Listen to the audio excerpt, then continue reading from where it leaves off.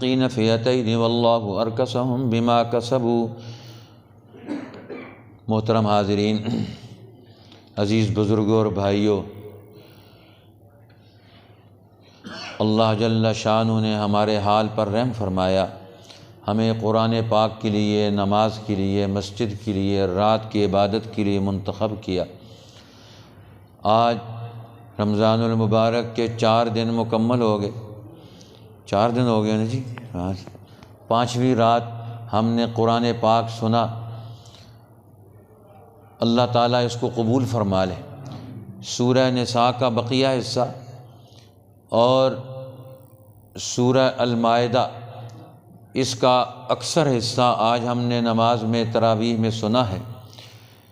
سورہ نساء، اس کا عنوان، اس کا موضوع جو تھا وہ اجتماع ہے، انسانی معاشرہ۔ انسانی معاشرہ کیسے پیدا ہوتا ہے، کیسے بنتا ہے، کیسے بگڑتا ہے، کیسے چلتا ہے، اس کی نگرانی کون کرے گا، ذمہ داریاں کون نبھائے گا، اس کے اصول اور ضابطے بیان کیے۔ پھر اللہ جل شانہ نے وہ منفی قوتیں جو انسانوں کے لیے خرابی پیدا کرتی ہیں، مسائل پیدا کرتی ہیں، ان کا بھی تذکرہ کیا۔ جس طرح منافقین ہے، فرمایا منافقین یہ ہمیشہ مسلمانوں کو نقصان پہنچائیں گے، معاشرے کو نقصان پہنچائیں گے، غلط لوگوں کے ساتھ رابطے پیدا کر کے غلط کام اور غلط معاہدات اور غلط قسم کی سرگرمیاں شروع کریں گے، جس سے انسانوں کو، قوموں کو نقصان پہنچتا ہے۔ لہٰذا اللہ تعالیٰ نے فرمایا فما لکم فی المنافقین فئتین، مسلمانوں کو کیا ہو گیا، یہ منافقوں کے بارے میں 2 گروہ ہو گئے۔ یہ 2 گروہ نہیں، ایک رائے ہونی چاہیے۔ جو قوم کا، وطن کا دشمن ہے، دین کا دشمن ہے، دین کے دشمنوں سے رابطے تعلق رکھتا ہے، محبت استوار رکھتا ہے، وہ کسی رعایت کا قابل نہیں ہے۔ ہاں، اس کو سزا کیا دینی ہے، یہ حکمت پر مبنی ہے۔ کب دینی ہے، کتنی دینی ہے، یہ حکمت کے تقاضوں پر ہے، لیکن سمجھنا ان کو بہت ضروری ہے۔ اب رسول اللہ نے منافقین کو سمجھا خوب ہے، لیکن سزائیں نہیں دی ہیں ان کو اپنے اندر سے نکالا نہیں، لیکن اختیارات بھی نہیں دیے، ان کو سمجھا ضروری ہے کیا کر رہے ہیں۔ پھر اسی طرح اللہ جل شانہ نے ایمان والوں کو دوسرا حکم یہ دیا کہ تم ایک دوسرے کی جان، مال، عزت، آبرو کے محافظ بنو گے۔ کوئی آدمی کسی دوسرے کی جان، مال اور عزت کے لیے خطرہ نہیں بنے گا۔ وہ دین کو عنوان بنا کر، کسی اور چیز کو عنوان بنا کر کسی دوسرے کی جان، مال اور عزت، آبرو کے لیے خطرہ بن جائے، اس کی کوئی گنجائش نہیں ہے، اس کی کوئی اجازت نہیں ہے۔ کسی انسان کو ناحق قتل نہیں کیا جا سکتا۔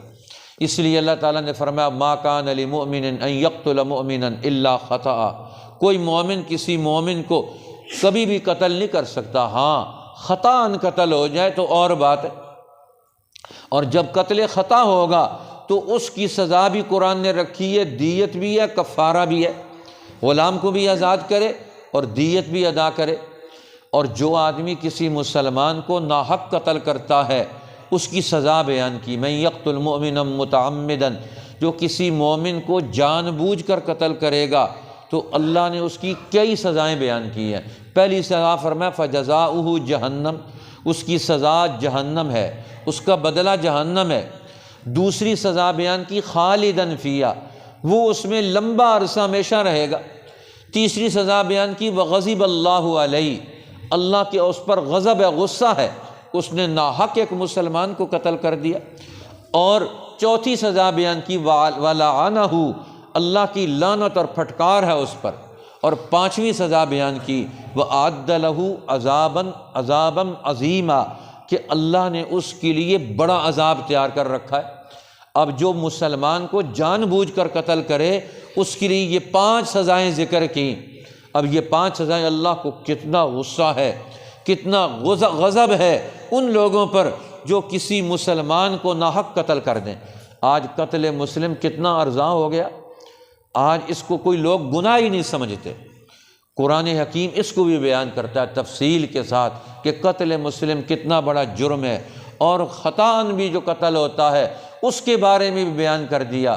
یہ واقعہ رونما ہوا کہ ایک جنگ میں ایک آدمی آیا اور اس نے اعلان کیا صبا تو میں اپنا دین چھوڑ دیا، صحابی ہو گیا، یعنی نئے دین کو قبول کر لیا، مسلمان ہو گیا، تو انہوں نے کلمہ پڑھ لیا لا الہ الا اللہ، تو لوگوں نے کہا یہ تو خوف کی وجہ سے، ڈر کی وجہ سے کلمہ پڑھ رہا ہے، لہٰذا انہوں نے اس کو قتل کر دیا۔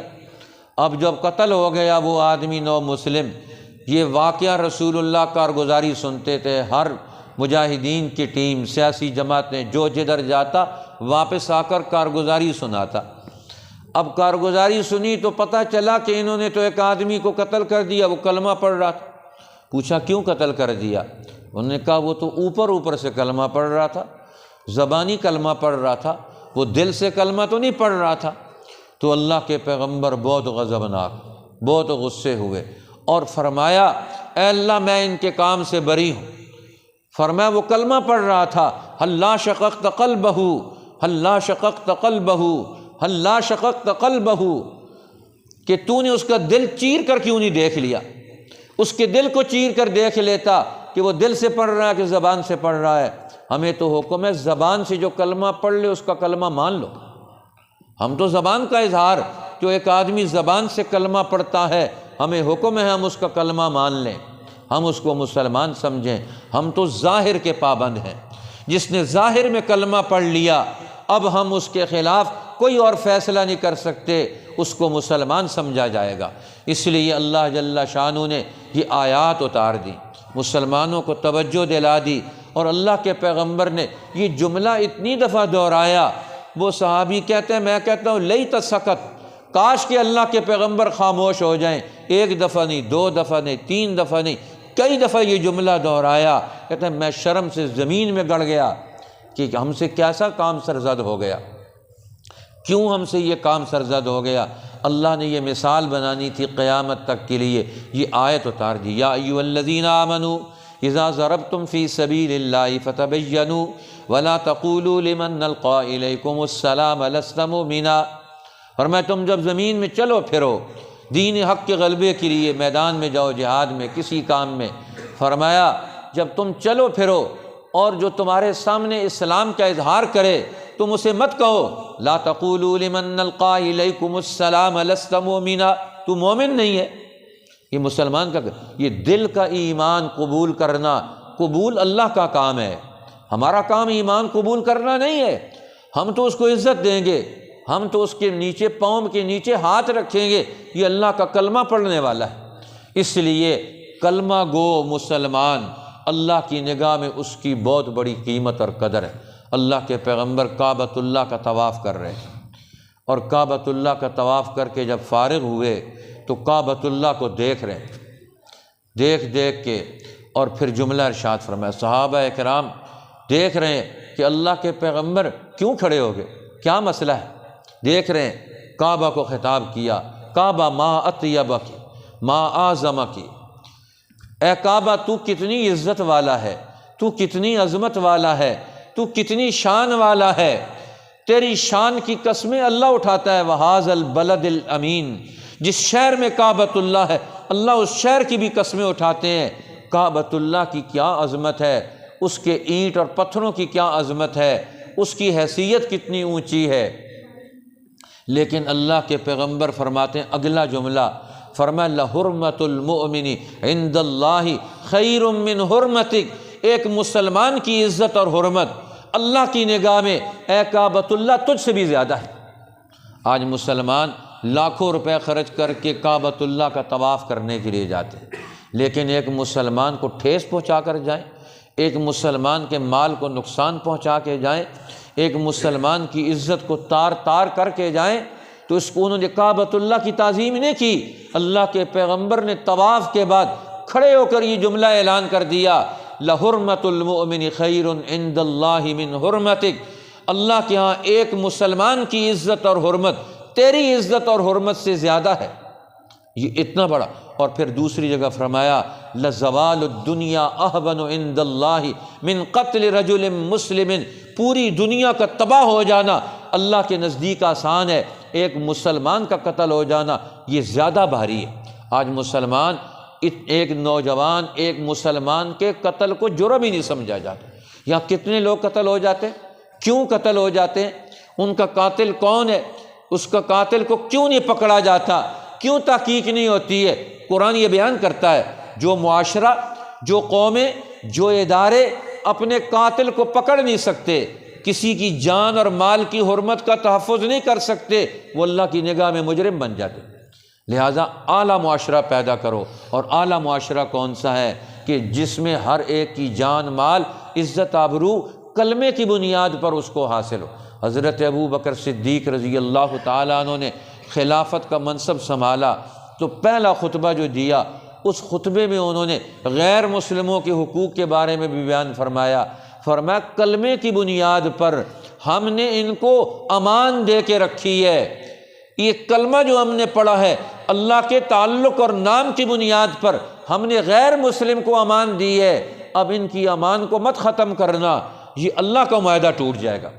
اب کتنی بڑی شان ہے ان کے دل و دماغ میں دین کی اور اللہ کے نام کی، اللہ کے نام کی تاثیر کی، اللہ کا نام لینے والے ایک مسلمان کی، اللہ کے نام پر ایک پناہ دیے ہوئے ایک کافر ذمی کی بھی ان کی نگاہ میں کتنی بڑی قدر و قیمت پیدا ہو گئی۔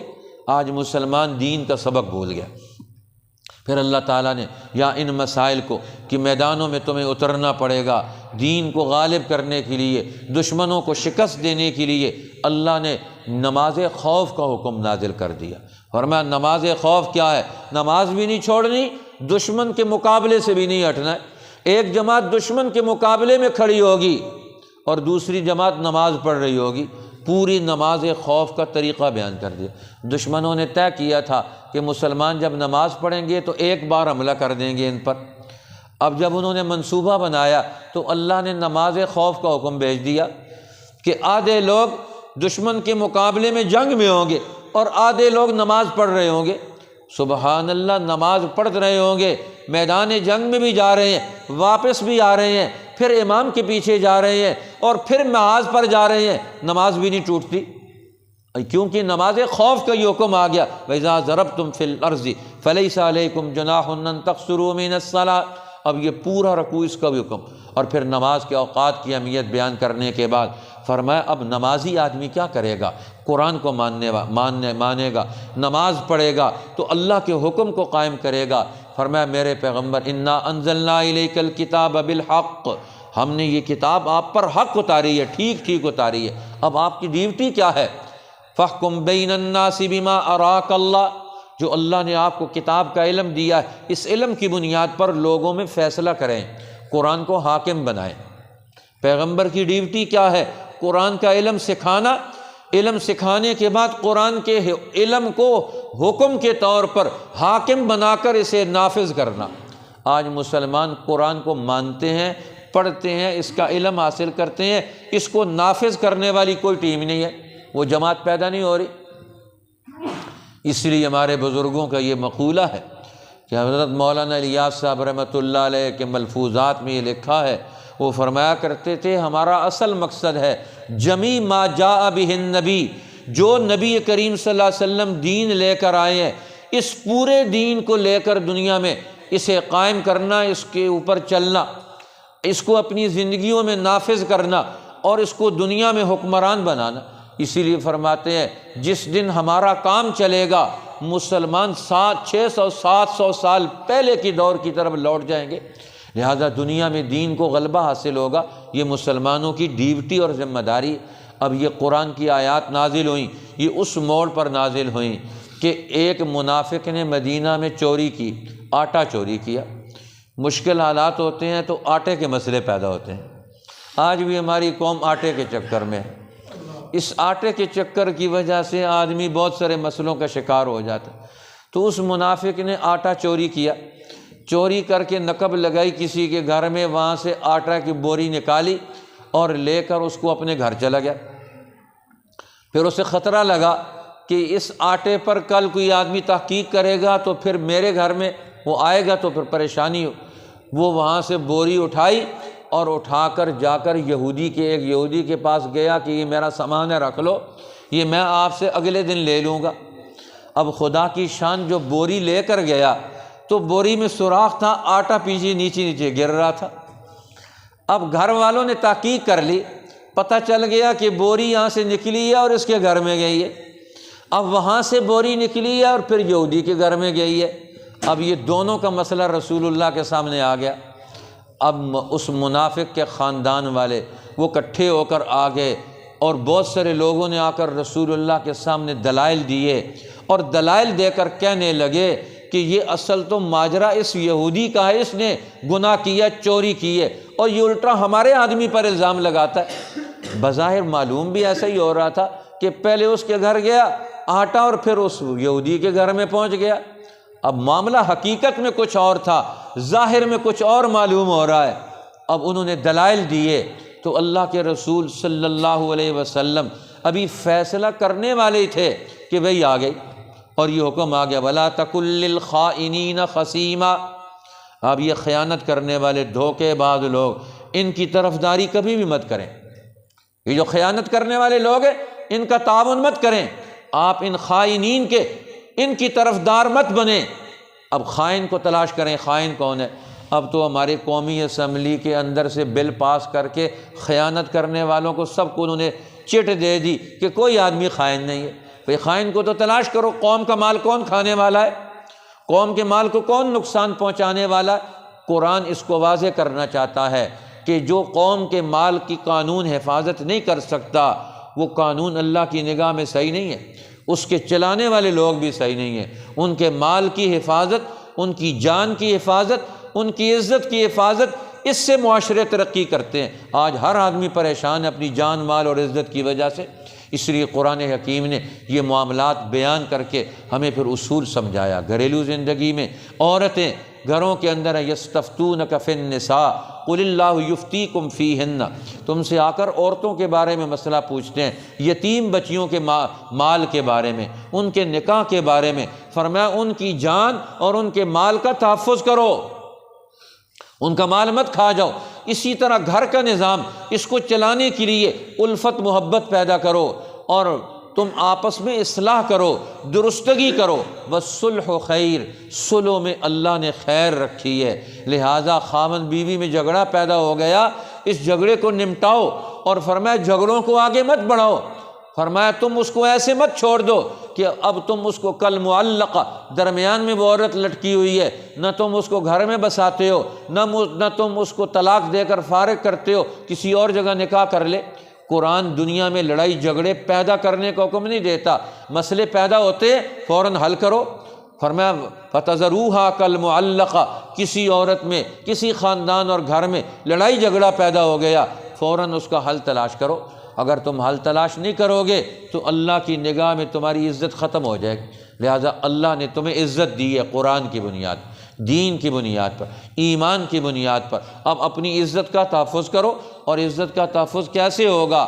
عدل قائم کرنے سے۔ کونوا قوامین بالقسط شہداء للہ، تم انصاف قائم کرنے والے بن جاؤ، اس کی گواہی دینے والے بن جاؤ اللہ کے لیے۔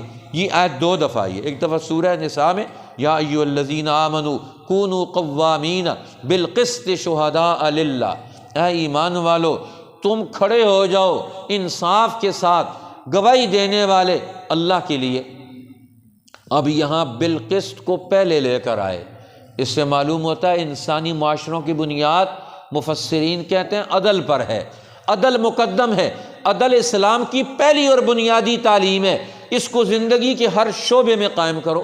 اور سورہ مائدہ میں اسی آیت کو تھوڑی سی تبدیلی کر کے اللہ تعالیٰ لے کر آئے، اور وہاں فرمایا یا ایھا الذین آمنوا کونوا قوامین للہ شہداء بالقسط، اے ایمان والو تم اللہ کے لیے کھڑے ہو جاؤ گواہی دینے والے انصاف کی۔ اب فرمایا وہاں انصاف کی گواہی تم نے دینی ہے، اللہ کے لیے دینی ہے، وہاں اخلاص مقصود ہے، گواہی اخلاص کے ساتھ ہو، کوئی اور پائی پیسہ لینا جس کے حق میں تم نے گواہی جو سے کہو کل تم مجھے ایک پلاٹ دے دو، کل تم مجھے اپنا مال دے دو، میں نے تیرے حق میں گواہی دی ہے۔ مسلمان حق کی گواہی دے گا اور اس پر صرف اللہ سے بدلہ لے گا، بندوں سے کوئی بدلہ نہیں لے گا، لہٰذا انصاف قائم کرے گا اللہ کی رضا کے لیے، دنیا کے لیے نہیں کرے گا، اس لیے بدلہ بھی کسی سے نہیں لے گا۔ رسول اللہ نے انصاف کے لیے کسی سے بدلہ لیا؟ ابو بکر صدیق نے کسی سے بدلہ لیا کہ میں نے تجھے انصاف دلوایا؟ اور میں یہ مسلمانوں کی شان ہے۔ پھر اللہ تعالیٰ نے ایمان والوں کو فرمایا تم نے اگر پہلی زندگی میں کسی سے غفلت ہو گئی، اب اس کے لیے توبہ کا دروازہ کھلا ہوا ہے، الا من تاب و آمن و اصلح، فرمایا جس نے توبہ کر لی اور توبہ کرنے کے بعد اپنی اصلاح کر لے اور پھر نیک عمل کرے اور پچھلے عمل سے نکل جائے، الا من تاب و آمن و عمل صالحا، جس نے ایمان لے آیا پھر اس نے توبہ کر لی اور نیک عمل کر لیا اور اپنی اصلاح کر لی، درستگی پر لی، تو فرمایا اس کی توبہ قبول ہوگی۔ صرف توبہ نہیں ہے، توبہ کے بعد درست عمل بھی اختیار کرنا ہے، اپنی اصلاح بھی کرنی ہے، اپنی غلطی کا مداوع بھی کرنا ہے، یہ ساری چیزیں ضروری ہیں۔ اس لیے اللہ تعالیٰ نے سورہ نساء کے آخر میں پھر اعلان کر دیا، یا ایھا الناس قد جاءکم برہان من ربکم وانزلنا الیکم نورا مبینا، اے انسانوں تمہارے پاس تمہارے رب کی طرف سے برہان آ گئے۔ برہان کا مطلب کیا ہے؟ دلیل، واضح دلیل تمہارے پاس موجود ہے زندگی کا ہر مسئلہ حل کرنے کے لیے، اور وہ کیا ہے؟ انزلنا الیکم نورا مبینا، ہم نے تمہارے لیے قرآن یہ نور مبین اتارا ہے، یہ کھول کر بیان کرنے والا نور ہے، یہ نور ہے، اس قرآن سے تمہیں روشنی ملے گی، زندگی کے سارے معاملات تمہیں پتہ چلیں گے۔ سورۃ المائدہ، اس سورت کا موضوع ہے معاہدات کو پورا کرنا، قومی اور بین الاقوامی معاہدات کو پورا کرنا۔ اوفو بالعقود، انسانی معاشرے کس بنیاد پر کامیاب ہوتے ہیں، ترقی پاتے ہیں؟ معاہدات کی پاسداری سے۔ اب سارا معاملات معاہدے کی بنیاد پر ہیں، ہر قوم کے اندر ایک بنیادی معاہدہ، قومی معاہدہ وجود میں آتا ہے جسے سوشل کانٹریکٹ کہا جاتا ہے، معاہدہ عمرانی جسے آج آئین اور دستور کہا جاتا ہے۔ ہر قوم اپنی قومی زندگی کے معاہدات پیدا کرتی ہے اور اس معاہدات کی شکل میں اپنی زندگی گزارتی ہے۔ آج ہمارے ملک کا حال یہ ہے کہ کسی کو پتہ ہی نہیں میرے ملک کا آئین کیا ہے، میرے ملک کا دستور کیا ہے، اور اس دستور کے مطابق میرے کون سے حقوق ہے، اگر میرا حق ضائع ہو جائے تو میرا حق کہاں سے مجھے ملے گا؟ اسے پتہ ہونا چاہیے کس کا دروازہ کھٹکھٹائے۔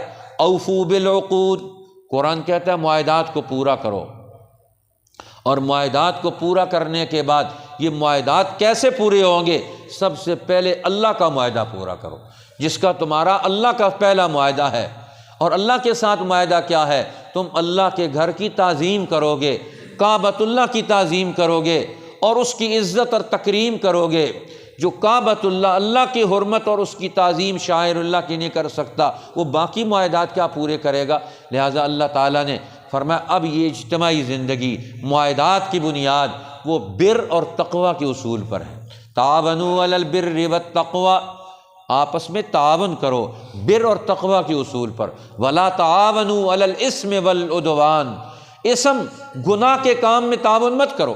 جو کسی پر چڑھائی کرتا ہے، کسی کے خلاف غلط فیصلے کرتا ہے، کسی کو نقصان پہنچاتا ہے، فرمایا اس کا بھی تعاون مت کرو، کسی ظالم کا مت تعاون کرو، ہر نیکی کے کام میں تعاون کرو۔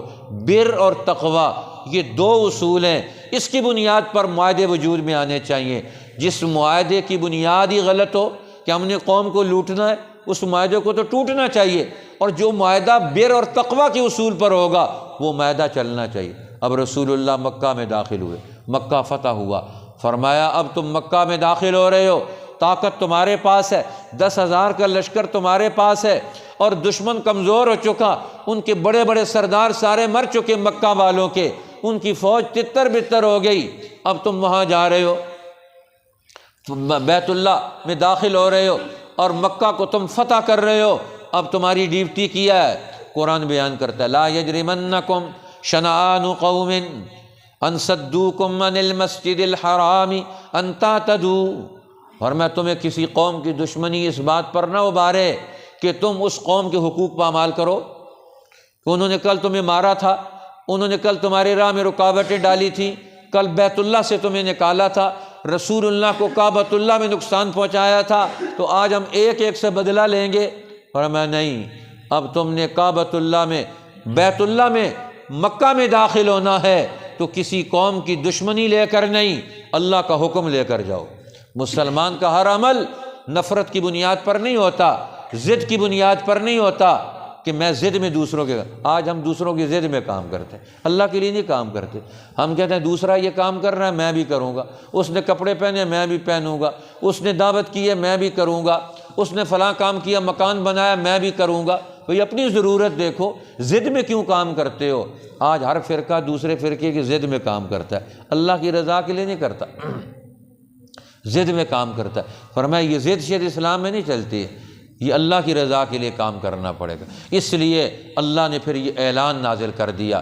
اب فرمایا جب مسلمان اس جذبے اور ارادے کے تحت دنیا کے سارے معاہدات کو پورا کر رہے ہیں، ان سے کسی کو کوئی خطرہ نہیں، ہر ایک کی جان مال عزت آبرو کے محافظ ہیں، تو اللہ نے اس وقت قرآن کی آیت اتاری۔ اللہ کے پیغمبر عرفات کے میدان میں ہے، قرآن کی آیت نازل ہو گئی، الیوم اکملت لکم دینکم، آج میں نے تمہارا دین مکمل کر دیا، واتممت علیکم نعمتی، اور تم پر اپنی نعمت پوری کر دی، ورضیت لکم الاسلام دینا، اور تمہارے لیے اسلام کو دین چن لیا، پسند کر لیا۔ اب اسلام کو تمہارا دین بنا دیا، یہ تمہارا آئین، تمہارا قانون ہے، لہٰذا اس کو لے کر آگے بڑھو، اس کو لے کر آگے چلو۔ دنیا میں اس کو اللہ نے غالب کر دیا، اکملت علیکم دینکم، میں نے تمہارا دین مکمل کر دیا، الیوم اکملت لکم دینکم واتممت علیکم نعمتی، اکمال دین، اتمام نعمت، یہ دو بیان کیے۔ اس لیے ہمارے مفسرین فرماتا ہے اس پر غور کرنا چاہیے۔ اللہ فرماتا ہے اکملت لکم دینکم، میں نے تمہارا دین مکمل کر دیا۔ اس میں جتنی ضرورتیں ہیں قیامت تک کے لیے علمی اعتبار سے وہ بھی رکھ دیں، عملی اعتبار سے اسوہ رسول اللہ کا تمہارے سامنے آ گیا، اور پھر عملی اعتبار سے اتممت علیکم نعمتی، میں نے اس دین کو دنیا میں غالب کر دیا، اس کے مقابلے میں جتنی قوتیں تھیں ان سب کو شکست دے دی۔ اب یہ دین غالب ہو گیا، اب تم اس کے غلبے کی حفاظت کرو، اس کو مغلوب نہ ہونے دینا۔ اب یہ مغلوب کیسے ہوتا ہے؟ جب اس کے ماننے والے لوگ اپنے نبی کے راستے سے ہٹ جائیں۔ پھر قرآن نے بنی اسرائیل کے حالات بیان کیے کہ بنی اسرائیل موسیٰ علیہ السلام موجود ہیں، موسیٰ علیہ السلام کو حکم ملا کہ تم ان کو لے کر جاؤ بیت المقدس کو فتح کرو، ادخلوا الارض المقدسہ، یہ ارض مقدس اپنے وطن کا تحفظ کرو، ظالموں کو بدماشوں کو اپنے وطن کی اس کے اوپر غلبے سے اس کا غلبہ ختم کر کے وطن کو آزادی دلاؤ، یہ تمہارے آباء و اجداد کا وطن ہے۔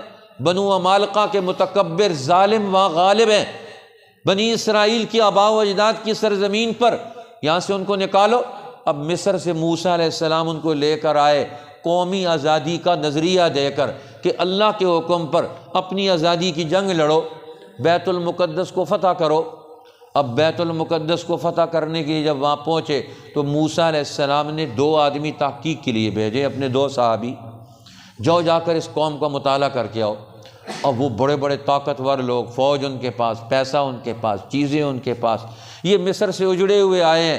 اب 2 آدمی گئے تو جا کر انہوں نے وہاں مطالعہ معائنہ کیا تو واپس آ کر انہوں نے بتایا یہ تو ہمارے مقابلے میں کچھ بھی نہیں، یہ تو ان کی کوئی حیثیت ہی نہیں۔ قال رجلان من الذین، قرآن کہتا ہے وہ آدمی، ان لوگوں نے کہا موسیٰ علیہ السلام نے جن کو بھیجا تھا وہ مطالعہ کر کے آئے، ان کی طاقت سے مرعوب نہیں، ان کے اندر ایمان تھا، ان کے اندر اللہ کا دین تھا، موسیٰ علیہ السلام کی صحبت ان کے اوپر ایسی حاوی تھے۔ 2 آدمی اندر سے پھر ٹر کر آ گئے اور دشمن کے مقابلے میں کوئی روب ان کے اوپر نہیں ہے، اور الٹا آ کر کہتے ہیں آپ کو فتح حاصل ہوگی، تم آگے تو بڑھو، تم داخل ہوتے جاؤ گے، اللہ تمہارے لیے فتح کے دروازے کھول دے گا۔ قال رجلان من الذین یخافون انعم اللہ علیہم ادخلوا علیہم الباب فاذا دخلتموہ فانکم غالبون، تم داخل ہوتے جاؤ گے تو تم فوراً کامیاب، اللہ تمہیں فتح دے گا۔ انہوں نے کہا نہیں، بنی اسرائیل بزدلی کا شکار، فرعون کی غلامی سے ان کے ذہن، عقل اور عمل سارے ختم ہو گئے۔ اب انہوں نے کہا موسیٰ انا لن ندخلها ابدا ما داموا فیها، جب تک یہ اندر موجود ہے ہم تو وہاں نہیں جائیں گے، پہلے ان کو نکالو، اللہ میاں کو کہو ان کو باہر نکالے، جب یہ نکل جائیں گے تو پھر ہم داخل ہوں گے۔ اذهب انت وربك فقاتلا، تو اور تیرا رب جا کر لڑو، جب لڑائی ہو جائے، ان کو شکست ہو جائے، ہمیں بلا لینا، ہم حلوہ کھانے کے لیے آ جائیں گے۔ انا ہاہنا قاعدون، ہم تو یہاں بیٹھے ہوئے انتظار کر رہے ہیں، فتح ملے گی اس کے بعد ہم آئیں گے۔ بھئی فتح تو اس کو ملتی ہے جو فتح کے لیے محنت کوشش کرتا ہے، جو اپنے آپ کو غالب کرنے کے لیے قدم اٹھاتا ہے۔ اور موسیٰ علیہ السلام اب پریشان دیکھ رہے ہیں، یا اللہ رب انی لا املک الا نفسی واخی، اے اللہ میں اور میرا بھائی ہارون تیرا ہر حکم ماننے کے لیے تیار ہے، اب ففرق بیننا و بین القوم الفاسقین، ان نافرمانوں کے اور ہمارے درمیان فیصلہ کر، ان کو سزا ملنی چاہیے۔ ہم ان کو آزادی دلانا چاہتے ہیں، فتح دلانا چاہتے ہیں، کامیابی دلانا چاہتے ہیں، غلامی سے نکال کے لے کر آئے اور اگلا دور ان کو دینا چاہتے ہیں، اور یہ ماننے کے لیے تیار نہیں، قدم ہی نہیں اٹھانا چاہتے، بیٹھ گئے ہیں اب یہاں تو ہم تو یہیں کھائیں پیئیں گے اور تم جا کر لڑو اور تیرا رب لڑے۔ رسول اللہ جب بدر کے میدان میں گئے تو آپ نے صحابہ کو جمع کیا، ہم آئے تھے قافلے کے لیے، اب تو لشکر آ گیا بدر کے میدان میں، مکہ والوں کو 1000 کا، بتاؤ اب کیا کریں؟ تو مہاجرین کھڑے ہو گئے، یا رسول اللہ جو حکم دیں گے ہم تیار ہیں۔ رسول اللہ نے پھر فرمایا کہ لشکر آ رہا ہے مکہ سے، کیا کرنا ہے اس کے مقابلے میں بتاؤ؟ پھر مہاجرین میں سے دوسرے صحابی کھڑے ہو گئے، یا رسول اللہ ہم جان مال عزت ہر چیز دین کے لیے آپ کے حکم پر قربان کریں۔ آپ نے پھر تیسری دفعہ سوال کیا، اب پھر مہاجرین کھڑے ہو گئے، چوتھی دفعہ سوال کیا، تو پھر انصار سمجھ گئے یہ مسئلہ تو اب ہمارے طرف ہے، سوال ہم سے پوچھا جا رہا ہے، کیونکہ مدینہ داخل ہونے سے پہلے ان سے معاہدہ کیا تھا کہ ہم مدینہ کے اندر رہ کر تم ہمارا دفاع کرو گے، اب جنگ باہر ہو رہی ہے، بتاؤ تمہاری رائے کیا ہے؟ اب تم کیا کرو گے؟ اگر تم تیار ہو تو ٹھیک ہے، نہیں تو ہم کوئی اور منصوبہ بنائیں گے پھر اس کا اگلا دور۔ وہ کھڑے ہو گئے، حضرت حباب ابن المنذر کھڑے ہو گئے اور کہنے لگے، یا رسول اللہ ہم وہ جواب نہیں دیں گے جو موسیٰ علیہ السلام کو ان کے ساتھیوں نے دیا تھا، اذهب انت وربك فقاتلا انا هاهنا قاعدون، تو اور تیرا رب جا کر لڑو، ہم یہاں بیٹھے ہوئے ہیں۔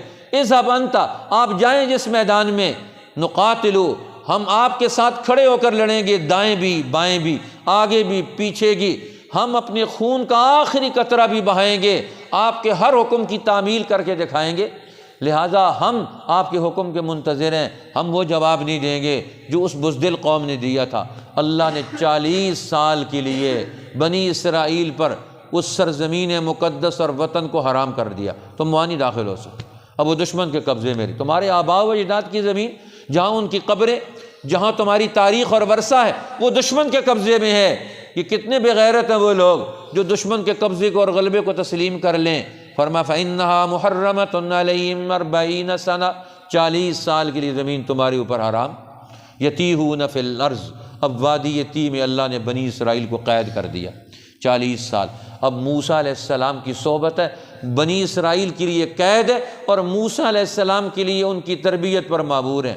اب موسیٰ علیہ السلام، پہلے حضرت ہارون علیہ السلام فوت ہو، موسیٰ علیہ السلام پھر فوت ہو گئے، اور بنی اسرائیلی وہیں رہے، اور وہ تکوینی طور پر وہاں قید تھے، وہاں سے نکل نہیں سکتے، سارا دن چلتے ہیں نکل جائیں اس وادی سے، جہاں چلتے تھے وہیں کھڑے رہتے تھے، جس طرح پاکستانیوں کا حال ہے، 70 سال گزر گئے ہیں، ادھر ہی کھڑے ہیں جہاں سے آئے تھے، کوئی ادارہ نہیں بنا سکے، کوئی ترقی نہیں کر سکے، کوئی ڈیم نہیں بنا سکے، پانی کا نظام نہیں کر سکے، غلے اناج کے لیے دنیا کی قوموں سے بھیک مانگتے ہیں، الٹا پہلے سے زیادہ بدتر حالت ہو گئی۔ یہی حال بنی اسرائیل کا تھا، وادی یتیم میں گھوم پھر رہے ہیں۔ اب ہم بھی اس وادی یتیم میں اللہ نے ہمیں قید کر دیا، بزرگوں کی بات مانی نہیں، اللہ والوں کی بات مانی نہیں، آزادی کا تحفظ کیا نہیں، آزادی کی جنگ لڑنے والوں کو جنہوں نے جیلیں کاٹیں ان کا ہم نے ساتھ دیا نہیں، جنہوں نے جیلیں نہیں کاٹی، انگریزوں کی بوٹ پالش کی، ان کا تعاون کیا، ان کو ووٹ دیا، آج اس کی سزا بھگت رہی ہے پوری قوم۔ یہ کس چیز کی سزا ہے؟ یہ حق والوں کو چھوڑنے کی سزا، آزادی کی جنگ لڑنے والوں کو چھوڑنے کی سزا آج پوری پاکستانی قوم بھگت رہی ہے، پوری دنیا میں ذلیل ہو رہے ہیں۔ اللہ نبیوں کے واقعات سنا کر آج کے حالات کو بیان کرتا ہے تاکہ ہمیں سمجھ آ جائے، اور فرمایا دیکھو حضرت آدم علیہ السلام کے 2 بیٹے حابیل اور قابیل، ایک کا نظریہ قتل کا ہے، دوسرے کا نظریہ دوسرے کو تحفظ دینے کا ہے۔ اللہ دونوں کا واقعہ بیان کرتا ہے، حابیل کو قابیل نے قتل کر دیا، اب قرآن کہتا ہے قتل کر، قاتل جو ہے، جو انسانیت کا قاتل ہے، وہ کتنا بڑا جرم کرتا ہے، قیامت تک کے لیے اس کا نام قاتلین میں شمار کیا جائے گا۔ اور فرمایا دنیا میں جب بھی کوئی قتل ہوگا، ہر قاتل کے قتل کی سزا اس قاتل کو ضرور ملے گی، اور اس پہلے قتل کرنے والے کو بھی اس کی قتل کی سزا ملے گی۔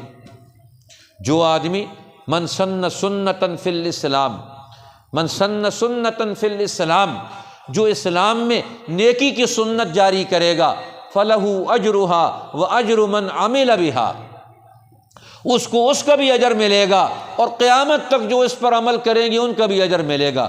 ومن سن سنتا سیئۃ فعلیہ وزرہا ووزر من عمل بہا، اور جو اسلام میں بری سنت جاری کرے گا وہ بھی اسی طرح اس کو بھی وبال ملے گا، جو پیچھے اس پر عمل کریں گے ان کو بھی وہی وبال ملے گا۔ اس لیے اللہ جل شانہ نے یہاں فرمایا اب قوموں میں خرابیاں پیدا ہوتی ہیں۔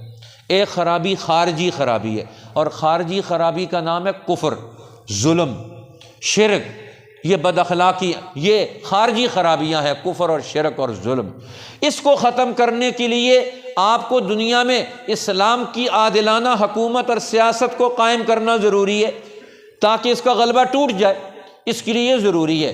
اسی طرح معاشروں کے اندر داخلی خرابیاں پیدا ہوتی ہیں۔ اب داخلی خرابی کیا ہے؟ وہ چوری ہے۔ ایک آدمی چھپ کر اندر چوری کرتا ہے، چوری چھپ کر کرتا ہے، جب کوئی آدمی غافل ہوتا ہے تو اس کا مال اٹھا کے لے جاتا ہے۔ قرآن کہتا ہے یہ داخلی خرابیاں یہ کیسے دور ہوں گی؟ اس کے لیے تمہیں قانون کے نفاذ کی ضرورت ہے۔ تم قانون نافذ کرو، جو اللہ نے تمہیں علم دیا ہے اس کو قانون میں بدلو اور اس قانون کو نافذ کرو۔ داخلی خرابیاں قانون کے نفاذ سے دور ہوں گی۔ جس ملک میں قانون ہی کوئی نہ ہو، قانون کا نفاذ ہی نہ ہو، وہ معاشرہ اندر سے کبھی بھی نہیں سدھر سکتا۔ اور کفر اور شرک اور ظلم کیسے ٹوٹے گا؟ وہ آزادی کی جنگ سے ٹوٹے گا۔ اور داخلی خرابیاں کیسے ٹوٹیں گی؟ داخلی خرابیاں ٹوٹیں گی اندرونی قانونی نظام نافذ کرنے سے۔ ایک عدل کی بنیاد پر قانون نافذ کرو اور قانون بناؤ، اور پھر اس قانون کو نافذ بھی کرو۔ قانون کے نفاذ میں رکاوٹ نہیں ہو سکتی، اس میں کسی کی رعایت نہیں ہو سکتی۔ ہاں قانون نافذ کرنے سے پہلے مسئلے کا حل ہو سکتا ہے، لیکن جب فیصلہ ہو جائے تو پھر اب اس کو نافذ ہونا ہے، اس کے نفاذ میں رکاوٹ نہیں بن سکتی۔ رسول اللہ کے پاس ایک آدمی آیا اور اس نے کہا یا رسول اللہ مجھ سے زنا ہو گیا۔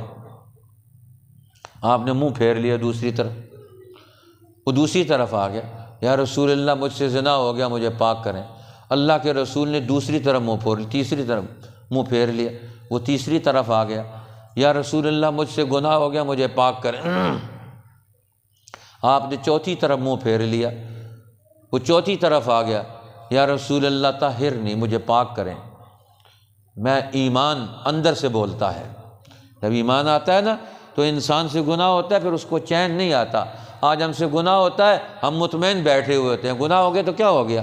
نہیں، جب ایمان اندر ہوتا ہے تو پھر اندر سے بولتا ہے، وہ گناہ پر ٹکنے نہیں دیتا، وہ توبہ کرواتا ہے، وہ اصلاح کرواتا ہے، وہ نبی کی مجلس میں لے کر آتا ہے، وہ صحبت نبی میں لے کر آتا ہے۔ اب وہ وہاں پہنچتا ہے اور اللہ کے پیغمبر منہ پھیر رہے ہیں اس سے۔ جب 4 دفعہ منہ پھیر لیا، صحابہ کو فرمایا اس کو لے کر نہیں، میں نے منہ پھیرا تو تمہیں چاہیے تھا تم اس کو لے کر چلے جاتے۔ تو قانون نافذ کرنا، قانون قائم ہونا ضروری ہے، اور نفاذ کے لیے اس دور کو دیکھا جائے گا۔ اب اللہ کے پیغمبر یہ نہیں کہ قانون نافذ ہونے کے لیے ہر آدمی کے گھر میں داخل ہوگا، نہیں، قانون کے نفاذ کا بھی اپنا دائرہ ہے۔ وہ ہر ایک کے گھر میں داخل ہو کر نہیں، اندر تو ایمان ہوگا، اندر سے تو تقویٰ کام کرے گا، اندر سے تو علم الہی کام کرے گا، اندر سے معاشرہ کام کرے گا۔ یہ گھر کے اندر تو قانون نہیں روکتا، یہ قانون تو باہر روکے گا، بازار میں، سڑک میں، وہاں کسی کو گناہ نہیں کرنے دے گا، لیکن اندر تو ایمان سے روکا جائے گا۔ اس لیے دونوں محنتیں ضروری ہیں، ایمان کی محنت بھی، علم کی محنت بھی، دعوت کی محنت بھی، اور قانون کے نفاذ کی محنت بھی، تاکہ دشمن کو، شیطان کو موقع نہ ملے وہ انسانوں کے لیے گناہ کرنا آسان کر دے۔ اس لیے اس میں رکاوٹ ڈالنا ضروری، قانون کے نفاذ۔ اب ایک صحابی، اللہ کے پیغمبر نے حکم دیا اس کو سزا دو، سنسار کرو۔ اب ایک صحابی نے پتھر مارا، اس کے خون کا فوارہ نکلا، خون کا فوارہ نکلا، اس کے کپڑوں پر پڑا، تو اس نے اس کے لیے بد دعائیہ کلمہ کہا۔ فرمایا خاموش ہو جاؤ، رسول اللہ نے فرمایا تم نے اس کے لیے بد دعائیہ کلمہ کہا ہے؟ فرمایا اس نے ایسی توبہ کی ہے، اگر سارے مدینہ والے مجرم گناہ گار ہو جاتے، اس کی توبہ کو اس پر تقسیم کیا جاتا، اس کی توبہ کی برکت سے سارے مجرموں کو اللہ معاف کر دیتا ہے، ایسی توبہ اس نے کی اور سزا بھی مل رہی ہے، اور اللہ کے پیغمبر کی آنکھوں سے آنسو بھی جاری۔ صحابی نے کہا یا رسول اللہ خود ہی تو فیصلہ کیا ہے سزا دینے کا، خود رو بھی رہے ہیں۔ فرمایا کیوں نہ رو، میرا امتی ہے، سزا تو اللہ کا حکم ہے، جب قانون کے نفاذ کے دائرے میں آ گیا اب اس کو چھوڑا نہیں جا سکتا، ہے تو میرا امتی ہے، میں اس پر کیوں نہ دکھ کا اظہار کروں۔ آج مسلمان کے دل سے گناہ گار کا دکھ ہی نکل گیا۔ گناہ کیوں ہوتے ہیں ہمارے معاشرے میں؟ ان گناہوں میں رکاوٹ کیسے ڈالیں گے ہم؟ علم کی رکاوٹ کیسے آئے گی؟ ہدایت کے لیے رکاوٹ ہم کیسے ڈالیں گے؟ ایمان کی بنیاد پر کیسے رکاوٹ ڈالیں گے گناہ کی راہ میں؟ قانون کی بنیاد پر کس نے رکاوٹ ڈالنی ہے، وہ کیسے رکاوٹ ڈالے گا؟ ہر ایک طبقے کو کام کرنا ہے۔ علماء کا اپنا کام ہے، اولیاء اللہ کا اپنا کام ہے، بادشاہوں اور حکمرانوں کا اپنا کام ہے۔ اس لیے قرآن نے پھر آگے تورات کا حال بیان کیا، انا انزلنا التوراۃ فیہا ھدی ونور یحکم بہا النبیون الذین اسلموا۔ فرمایا یہ تورات ہم نے اتاری، اس میں ہدایت، اس میں نور تھا، اس میں روشنی تھی۔ یحکم بہا النبیون الذین اسلموا، فرمایا اس تورات کے مطابق بنی اسرائیل کے ہزاروں نبی اس تورات کو حاکم بنا کر فیصلے کرتے رہے، اور یہودی بھی اس دور میں، پچھلے دور میں فیصلے کرتے رہے، اور والربانیون، اور اللہ والے بھی، احسان والے بھی اس کے مطابق فیصلے کرتے رہے، والاحبار، اور ان کے علماء، قانون کے ماہرین بھی اس قانون کے مطابق فیصلے کرتے رہے، تورات کو قانون بنا کر رکھا۔ لیکن اب بنی اسرائیل، یہود، یہ بگڑ گئے، یہ اپنے مفاد کے لیے تورات کو ذبح کرتے ہیں، یہ اپنے مفاد کے لیے تورات کے قانون کو توڑ دیتے ہیں، لہٰذا اللہ کی نگاہ میں گر گئے۔ فرمایا من لم یحکم بما انزل اللہ، جو اللہ کے حکم کے مطابق فیصلہ نہیں کرتا، فاولئک هم الکافرون، وہ تو کافر ہے۔ من لم یحکم بما انزل اللہ فاولئک هم الظالمون، وہ ظالم ہے۔ ومن لم یحکم بما انزل اللہ فاولئک هم الفاسقون، اور جو اللہ کے حکم کے مطابق فیصلہ نہیں کرتے وہ تو فاسق ہے۔ اب یہ مختلف درجوں کے لوگ ہیں جو اللہ کے قانون سے نکل گئے۔ پھر اللہ نے آخر میں فرمایا وَمَنْ أَحْسَنُ مِنَ اللَّهِ حُكْمًا، اللہ سے بڑھ کر کس کا حکم اچھا ہو سکتا ہے؟ کس کے انتظار میں ہو؟ جاہلیت کے قانون کو دنیا میں نافذ کرنا چاہتے ہو؟ اسلام نے تو آ کر پوری دنیا سے جاہلیت کا دور ختم کر دیا۔ کیسر و کسریٰ کے نظاموں کو اٹھا کر صحابہ نے دریاؤں میں غرق کر دیا، اور پوری دنیا کو کلمہ توحید کا، عدل کا دین اور نظام دے دیا۔ اس لیے اللہ تعالیٰ نے فرمایا اب یہ کامیابی کا راستہ ہے تمہارے لیے، یہ دین کا مذاق اڑانے والے ان سے نکلو، فَإِنَّ حِزْبَ اللَّهِ هُمُ الْغَالِبُونَ۔ یہ ایسے بگڑے ہوئے لوگ ہیں، ان کی دوستی مت کرو، ان کی دوستی سے تمہیں مرتد بنا دیں گے۔ آج مسلمان یہ ظالموں کی، یہود و نصارہ کی دوستی میں چلے گئے تو آج مسلمانوں میں ارتداد پھیل رہا ہے۔ آج ہمارے بزرگوں کو دین اور ایمان کی محنت کرنی پڑ رہی ہے، اللہ ہمیں اس کی توفیق دے دے۔ وہ کہتے ہیں کہ انگریزوں نے آنے کے بعد دلی کے علاقے میں، میوات کے علاقے میں ان کو غیر مسلم ہندو بنانا شروع کر دیا۔ اب مولانا الیاس صاحب رحمۃ اللہ علیہ وہاں جا رہے ہیں، مفتی اعظم ہند مفتی کفایت اللہ رحمۃ اللہ علیہ وہاں میوات میں جا رہے ہیں، مولانا احمد سعید دہلوی صاحبان الہند جمیعت علماء ہند کے صدر تھے، وہ وہاں جا رہے ہیں اور ان لوگوں سے بات چیت کر رہے ہیں۔ ایک قوم کے پاس گئے جو دین چھوڑ چکے تھے، مفتی اعظم ہند مفتی کفایت اللہ رحمۃ اللہ علیہ، اور جا کر ان سے ملاقات کی۔ فرمایا سب کو ایک جگہ اکٹھا کرو، ہم سے تم سے بات چیت کرنے کے لیے آئے۔ انہوں نے کہا کہو کیا کہتے ہو؟ انہوں نے کہا ہم تو اصل ہندو تھے، ہمارے آباء و اجداد ہندو تھے، اس لیے ہم نے تو اصل دین قبول کر لیا، تم نے یہ کیوں اسلام چھوڑ دیا؟ انہوں نے کہا ہم اصل دین قبول کر لیا۔ انہوں نے کہا اچھا میں کچھ سوال کرتا ہوں، کچھ باتیں پوچھتا ہوں، اگر سوال صحیح آئے تو تم جواب دے دینا، ہم واپس چلے جائیں گے، نہیں تو ہماری بات سنو تو صحیح۔ انہوں نے کہا ٹھیک ہے سوال کرو۔ انہوں نے کہا یہ بتاؤ کہ تمہارے آباء و اجداد وہ مسلمان ہوئے تھے کہ نہیں ہوئے تھے؟ انہوں نے کہا مسلمان تو ہوئے تھے۔ انہوں نے کہا کیوں مسلمان ہوئے تھے؟ ڈر کی وجہ سے، وہ ڈر گئے تھے۔ تمہارے آباء و اجداد بزدل تھے؟ کہتے نہیں بزدل تو نہیں تھے، وہ تو بڑے بہادر لوگ تھے۔ تو پھر انہوں نے کہا وہ تمہارے آباء و اجداد بے وقوف تھے؟ انہوں نے کہا نہیں بے وقوف بھی نہیں تھے، بزدل بھی نہیں تھے، بے وقوف بھی نہیں تھے۔ تو پھر انہوں نے جس دین کو قبول کیا تھا، پچھلے دین کو انہوں نے چھوڑا تھا، ہندوؤں کے دین کو، تو وہ دین وہ جہالت پر مبنی دین تھا، اس کو انہوں نے چھوڑ دیا تو علم والا دین انہوں نے قبول کیا، تو لہٰذا انہوں نے علم کو قبول کیا تھا، اور تمہارے آباء و اجداد بزدل نہیں تھے، بہادر تھے، تو لہٰذا وہ ڈر کر تو نہیں قبول کیا، انہوں نے اپنے ارادے سے اپنے اختیار سے دین قبول کیا تھا۔ انہوں نے کہا بالکل، تو پھر تم اس دین کو چھوڑ کر اپنے آباء و اجداد کو بزدل اور بے وقوف ثابت کرنا چاہتے ہو، تمہارا تو یہ نتیجہ نکل رہا ہے، تم کہتے ہو ہم صحیح ہیں، ہمارے آباء و اجداد بزدل تھے، بے وقوف تھے۔ تو ان سب نے کٹھے کلمہ پڑھی، ہمیں کلمہ پڑھائیں، ہمیں تو اب سمجھ آ گئی، ہم تو بے وقوف ہم بن گئے تھے، آج مسلمان بے وقوف بن رہے ہیں۔ انہیں عقل دینے والے لوگ یہ ہمارے وہ علماء تھے جنہوں نے ان کو عقل سکھائی، ایک ایک آدمی پر بھی محنت کی، معاشروں پر بھی محنت کی، قوموں پر بھی محنت کی، ان کے ایمان کو سنبھالا، ان کی جان مال کی حفاظت کی، ان کی آزادی کے لیے قربانیاں دیں، جیلوں میں گئے۔ یہ وہ لوگ تھے جو امت کے دین کے نمائندہ تھے۔ اللہ ہمیں ان بزرگوں کے راستے پر قبول فرمائے۔ اللہم لک الحمد۔